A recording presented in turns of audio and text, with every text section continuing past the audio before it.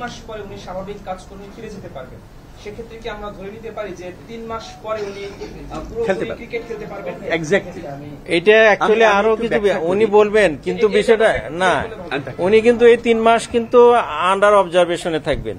ওনার শারীরিক অবস্থা কি, তার কোনো অবনতি হচ্ছে না উন্নতি হচ্ছে, এগুলো বিষয় বিবেচনা করে নিশ্চয়ই একটা মেডিকেল বোর্ড তাকে পারমিট করবে যে ইউ ক্যান প্লে, এইটা বিষয় উনি বলবেন।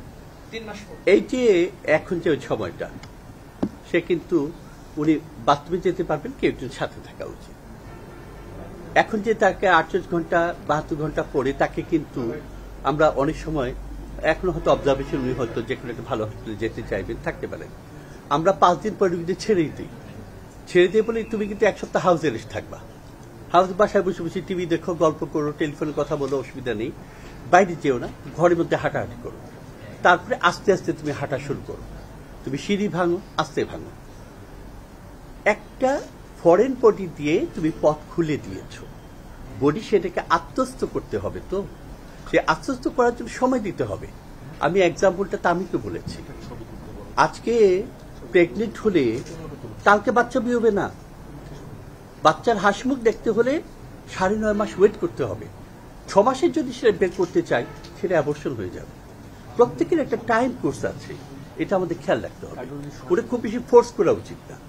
3 মাসের মধ্যে সেই স্ট্যান্ডটাকে বডি নিজের করে নিবে। কিভাবে? তারপর তার নিজের সেলের প্রলেপ দিয়ে দিবে। পথ খুলে গেছে। পথ খুলে যাওয়ার যে, পথ বন্ধ হয়ে যাওয়ার যে বেসিক কারণটা, চর্বি জমে বন্ধ হওয়া, সেটা তো রয়ে গেছে। তার স্ট্রং ফ্যামিলি হিস্ট্রি আছে, সে স্মোকার, তার কোলেস্টেরল প্রোফাইল কেমন ছিল? বেশি। এই রিস্ক ফ্যাক্টরগুলো না কমালে তা আবারও হতে পারে।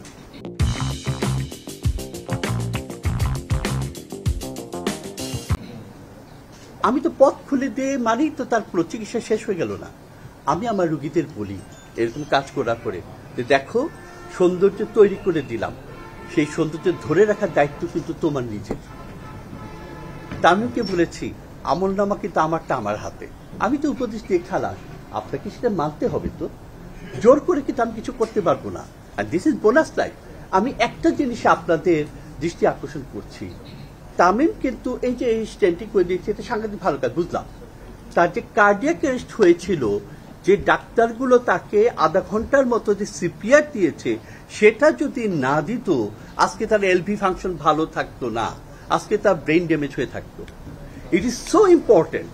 আমি আপনাদেরকে এই মেসেজটা দিতে চাই যে এই কার্ডিয়াক সিপিআর যেটা আমার ইন্টিমেট করতে, এই বেসিক জিনিসটা আমাদের স্কুল কলেজে শেখানো উচিত। স্কাউট আন্দোলন কিন্তু শিখাতো, এখন স্কাউটদের কোনো কোথাও কিছু আমরা দেখি না। কিন্তু এটা দিলে পরে আপনার ঘরে আপনার মা বাবা, আপনার চাচা খালা কিংবা আপনার স্পাউস, আপনি কিন্তু এই জিনিসটা করে তাকে টেম্পোরারি বাঁচিয়ে রাখতে পারেন। তারপর উপযুক্ত জায়গায় পৌঁছতে বাকিটুকু ডাক্তাররা করবে। ওই সময়টুকু তো পেতে হবে।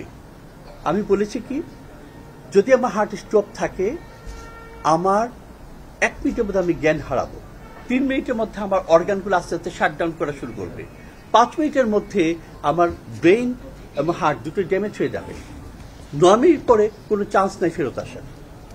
আমি এর মধ্যেই সিপিআরটা শুরু করে কিছুটা হলো সার্কুলেশন রাখতে চাইব। কোন 3টা অর্গানে? Brain, heart, kidney. আমি যে চাপা দিচ্ছি, কি করছি? পিছনে আমার মেরুদণ্ড আছে, সামনে ওয়ালটা আছে, হার্টটা মাঝখানে, সেখানে চাপ দিলে পরে আপনি হার্টটাকে জোর করে কিছু ব্লাড চলাচল করাতে পারছেন। ওনারা সেটা করতে পেরেছেন। আমি শুধু মারুফ না, যে ডাক্তাররা তাকে সিপিআর দিয়েছেন তাদেরকেও আমি অভিনন্দন জানাই। তারা তামিমকে বাঁচানোর পিছনে আল্লাহর রহমত যে তারা ছিলেন, তারা কাজটা করেছেন।